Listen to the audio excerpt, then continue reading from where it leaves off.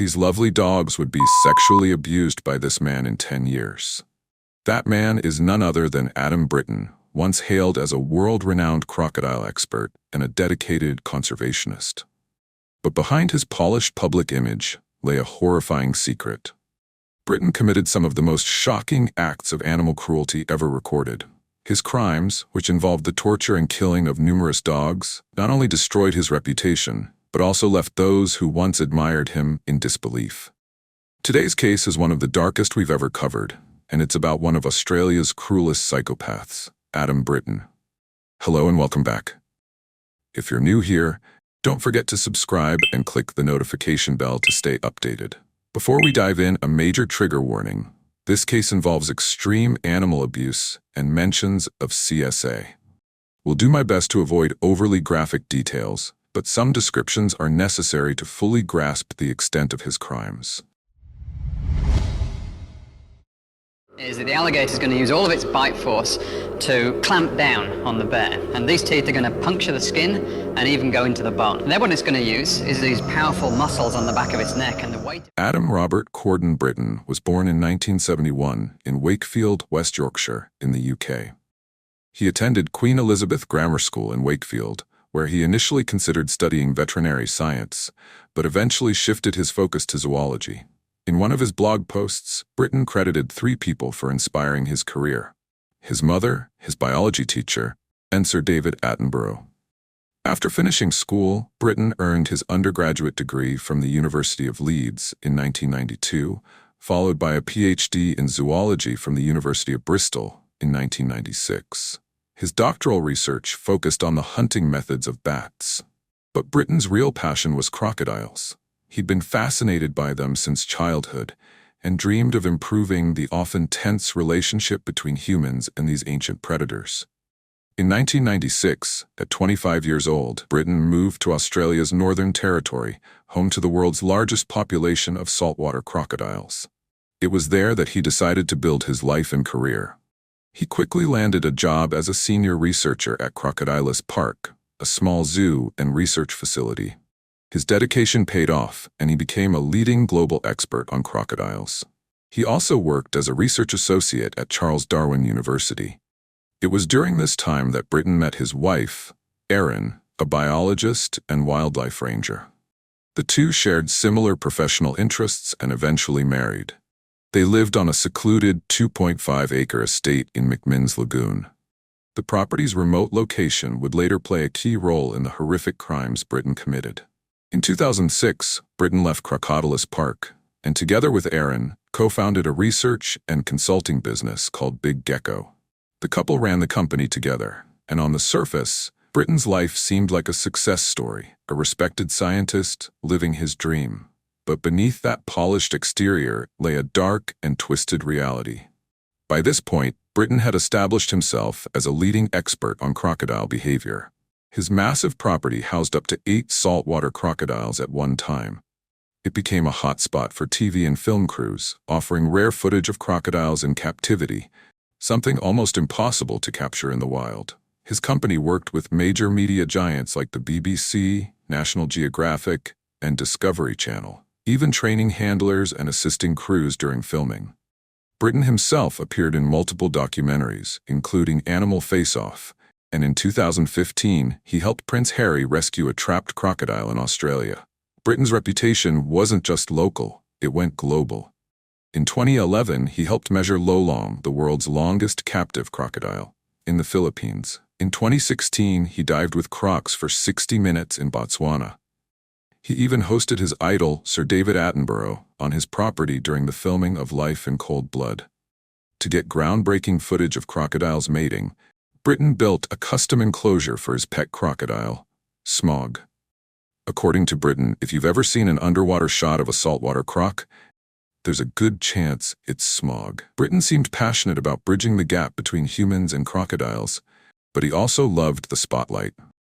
Self-promotion was part of his game. His social media was full of crocodile shots, his dogs, and constant updates on his work. He was an egotist and a narcissist by some accounts. At first, people saw him as quiet and shy, but behind the scenes, his colleagues thought he was arrogant and antisocial. One co-worker at Crocodilus Park said he was up himself. Despite not being well-liked, people respected his expertise. Still, cracks were showing. The founder of Crocodilus Park accused Britton of taking credit for the team's work just to boost his media profile. Another colleague claimed Britton never contributed to their Crocbite database, aside from paying for the domain, but took full credit. Britton's behavior raised eyebrows, but many overlooked it because he was good at what he did. But no one could have imagined the darker secrets that would later come to light. A few people noticed fleeting signs of Adam Britton's lack of empathy, but nothing that suggested cruelty or violence. He did an excellent job of fooling everyone, his colleagues, TV audiences, and the public, into believing he was a protector of animals. But in his twisted mind, animals were nothing more than toys. Evidence from online conversations showed that Britton's disturbing obsession with animals started early. He admitted to having inappropriate thoughts about animals as young as 6 and began abusing a horse when he was just 13. By 2014, his troubling behavior extended to dogs.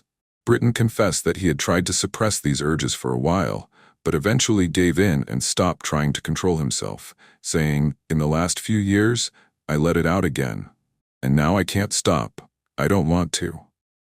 Smiley faces. He even seemed to enjoy the notoriety that came with his hidden actions. Britton owned 2 Swiss shepherds, Ursa and Bolt. He even created an Instagram page for them, portraying himself as a loving dog owner. On Telegram he said, "My own dogs are family. I have limits. I only badly mistreat other dogs. I have no emotional bond to them. They are toys, pure and simple. And there are plenty more where they came from." But Ursa and Bolt weren't spared from his cruelty. He abused them for nearly 10 years before targeting dogs from other owners. Britton's entire scheme was built on manipulation. He scoured websites like Gumtree, tricking owners into giving him their beloved pets. He made himself sound like a caring, lonely man offering a perfect home. What happened next was horrifying. Britton had a shipping container on his property. He called it his torture room, where he physically and sexually abused these dogs. When the dog owners asked for updates, he made up some tall tales, even sent photos claiming the dogs were doing great. In September 2021, Britton acquired Kiki from a woman who was too ill to care for her dog. He said, "I live on a 5-acre block in Humpty Doo. There's no other dogs too, so she'll get the best of both worlds. I haven't had a dog since my last girl died a few months ago, but I miss her and I need another companion. I can help you out by offering her a great home." But it was another lie. Britton took Kiki to the shipping container along with 2 other dogs. Within 1 week, he tortured and killed them, recording everything. In the 18 months leading up to his arrest, Britton tortured at least 42 dogs and killed 39 of them. He filmed everything, each act more horrific than the last, and shared the footage online. Most of the abuse happened on his property, or in isolated areas around Darwin's suburbs. The titles of his videos alone reveal the brutality. Ballboy beating, where he beat 2 male dogs in their balls before killing them. Blade rape, where he sexually abused a dog with a razor. Penis rip, where he cut a dog's genitals. Each video was worse than the one before. According to a Reddit user, Adam Britton possessed disturbing photos of roasted dog genitals, a basket filled with dog bodies. One of the most horrifying things he did was create a meme of himself, inserting his genitals into a dead dog's head, captioning it with a joke. When your dog has something stuck in its mouth and you're trying to get it out. This wasn't just cruelty, it was something he enjoyed. He reveled in it, turning his depravity into jokes and seeking attention through shock and horror. Britton had 2 Telegram accounts. One was called Monster, used to chat with like-minded individuals, where he openly discussed his kill count and gave advice on how to torture animals and deceive pet owners. His second account, Cerberus, was used to upload recordings of his abuse. His choice of the name Cerberus, the mythological 3-headed dog guarding the underworld, was oddly symbolic. It hinted at his dual nature, the good, public Britton, and the monstrous hidden one. Despite craving attention, Britton worked hard to keep his identity hidden. He edited out anything that could reveal who or where he was. He was fully aware of what he was doing and took extreme steps to avoid being caught. Psychologists would likely describe him as having severe antisocial personality traits, possibly even psychopathy. His behavior aligns with the McDonald triad, a set of early signs for violent and psychopathic tendencies. Given the depth of his sadism, it's doubtful he was ever capable of rehabilitation. Even if someone had intervened when he was just 13 or 14, his drive for cruelty seemed unstoppable. Adam Britton's downfall came from one video, a horrific footage that ultimately exposed him. Despite his efforts to cover his tracks, one overlooked detail in the video revealed his identity and exposed him for the true monster he was.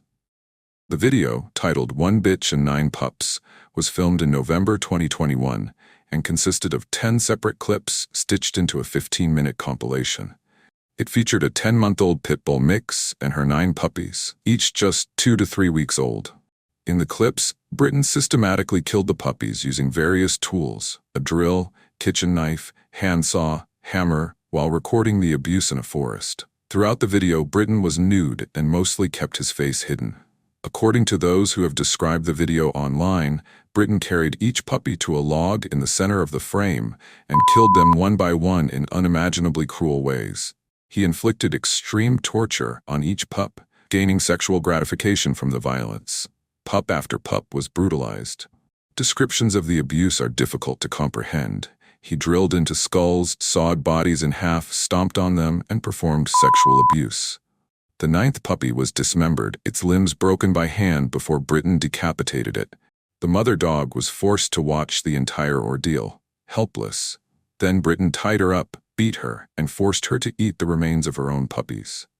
Some parts of the video suggest the torture lasted far longer than what was shown. It's terrifying to imagine how much worse the reality might have been. What's even more disturbing is that 1B and 9 Pups was just one of many videos Britton made. He kept pushing boundaries, seeking attention, and becoming more sadistic with each act, trying to outdo himself. The most chilling part? People like Britton rarely stop at animals. Vulnerable beings, whether animals or eventually children, are the perfect targets for those obsessed with domination and control.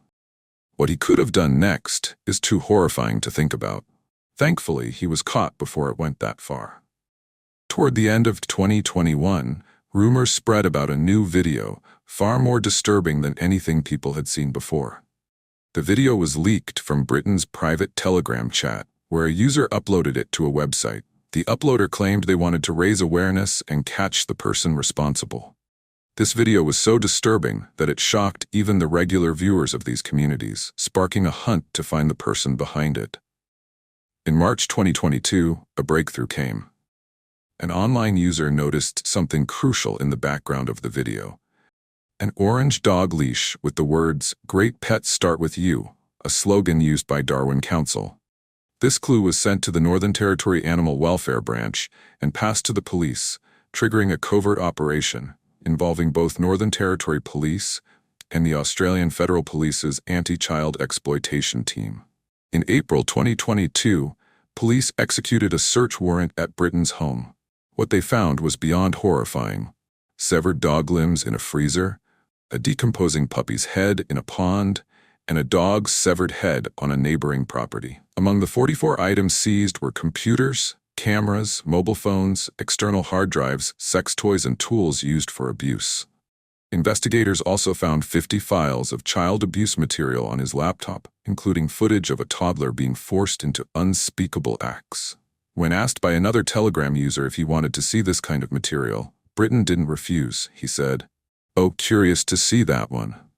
This discovery confirmed the dangers of the dark community Britton was part of and revealed just how far he was willing to go for attention and shock value. His behavior was escalating fast, and it seemed inevitable that his crimes would soon involve children, not for personal attraction, but as a way to combine his sadistic desires with his need to push boundaries and gain infamy.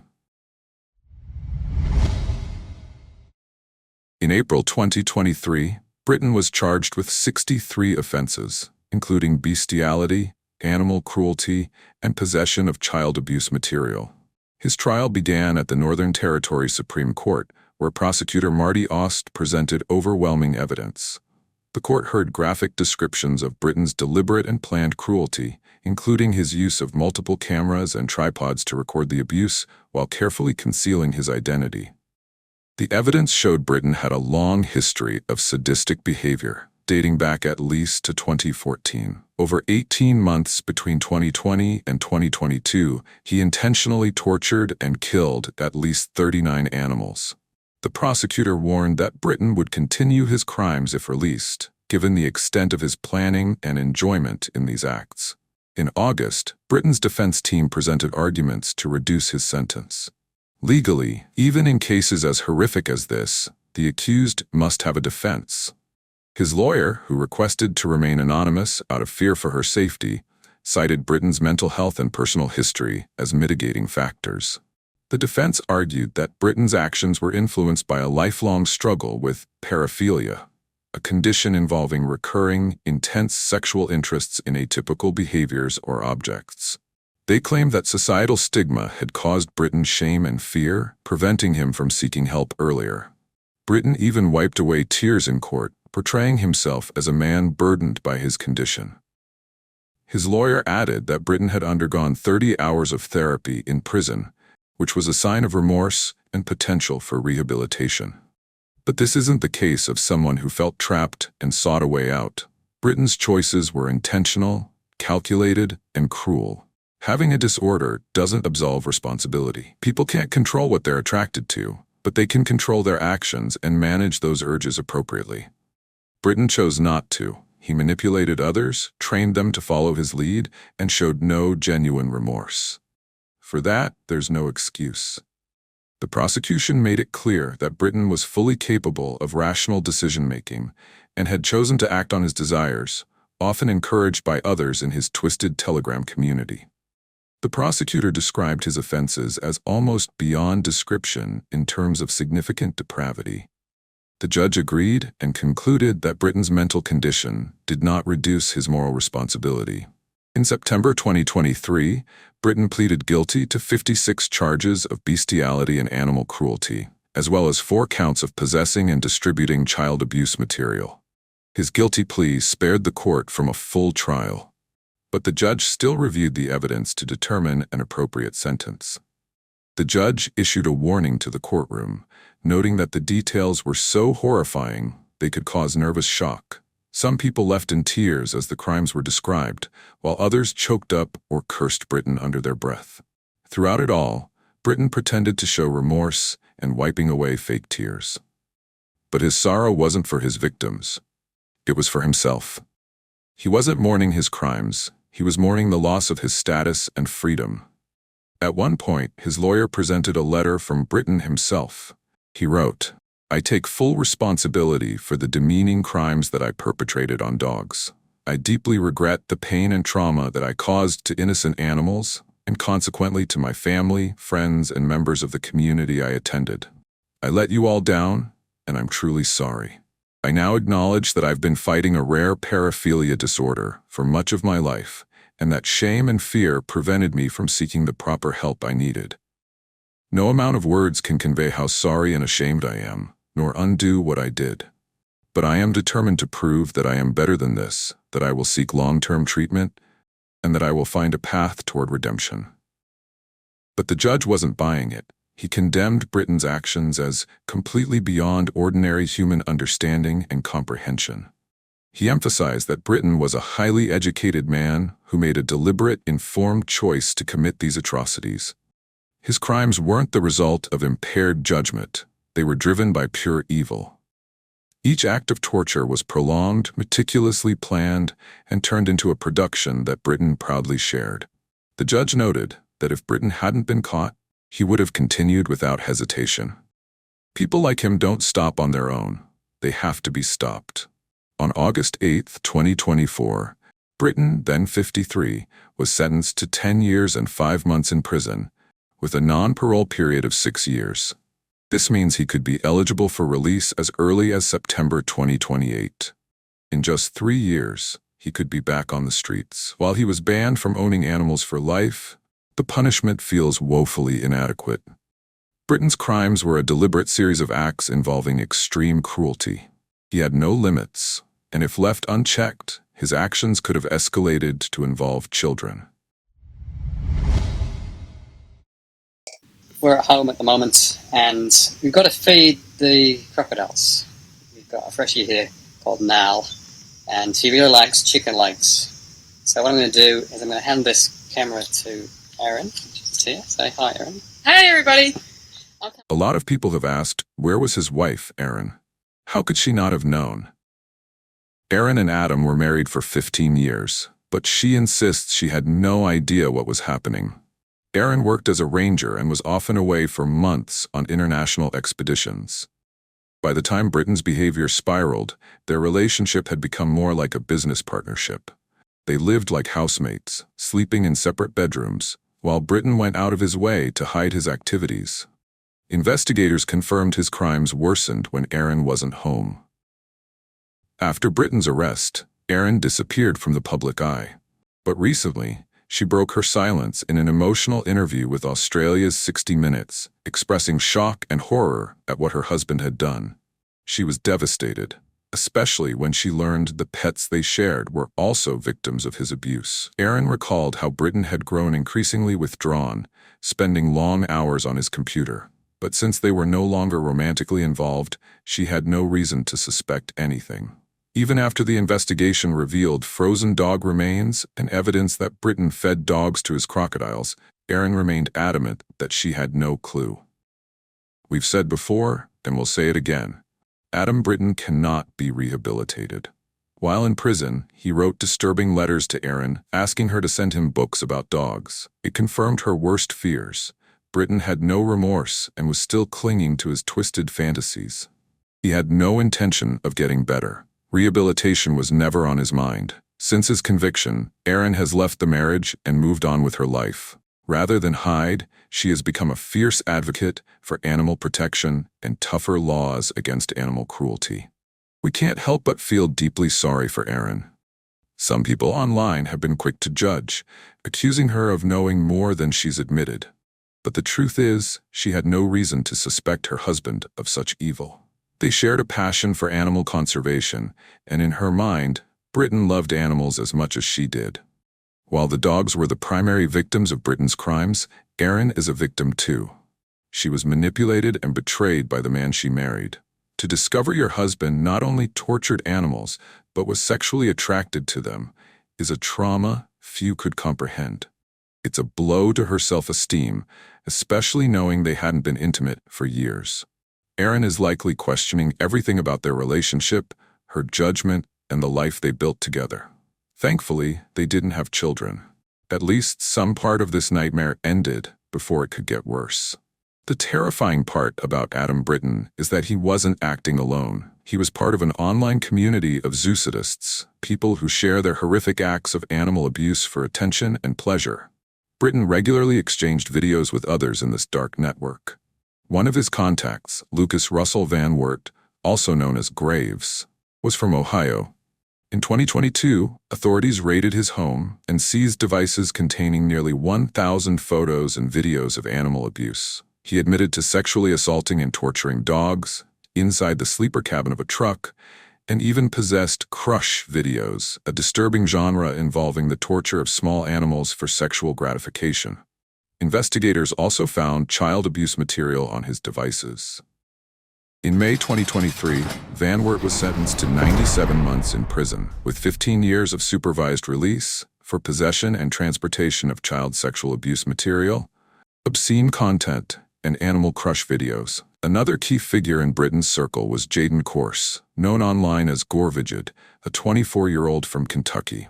Corse helped Britton set up his Telegram accounts and edited his videos. Britton even held up signs in his abuse videos, thanking Corse for his support. By the time Britton was arrested, Corse had already died from a fentanyl overdose in 2021. Still, Britton encouraged their online group to keep creating animal cruelty videos and dedicate them to Corse, saying they should give him something to watch in the afterlife. What's terrifying is that Britton will be released, possibly as early as 2028. His brief imprisonment will only feed his belief that he can outsmart everyone. Sadly, he knows how to break the rules and avoid detection. If he goes into hiding after his release, it will be harder for anyone to track him. Given his connections to other like-minded criminals, that's a terrifying prospect. Britton might never work in a professional capacity again. No one will touch him, but he's still a master manipulator. He could easily continue to target animals, using his arrogance and charm to gain access to them. People are angry, and for good reasons. Many have called for him to be thrown to the crocodiles, while others say feed him to the dogs. Poetic justice for what he did. So what do you think? How did someone like Adam Britton manage to hide his true nature for so long? Was the legal system's sentence enough to protect society from him in the future? Should there be harsher laws for crimes like this? And most importantly, how can we prevent predators like him from reoffending once they are released? Please share your thoughts in the comments. If there's a case you're interested in, let us know. And if you enjoyed this video, don't forget to like, share, and subscribe. Hug your dogs, hold your pets close, take care of yourself and the ones you love. Stay safe, and we'll see you next time.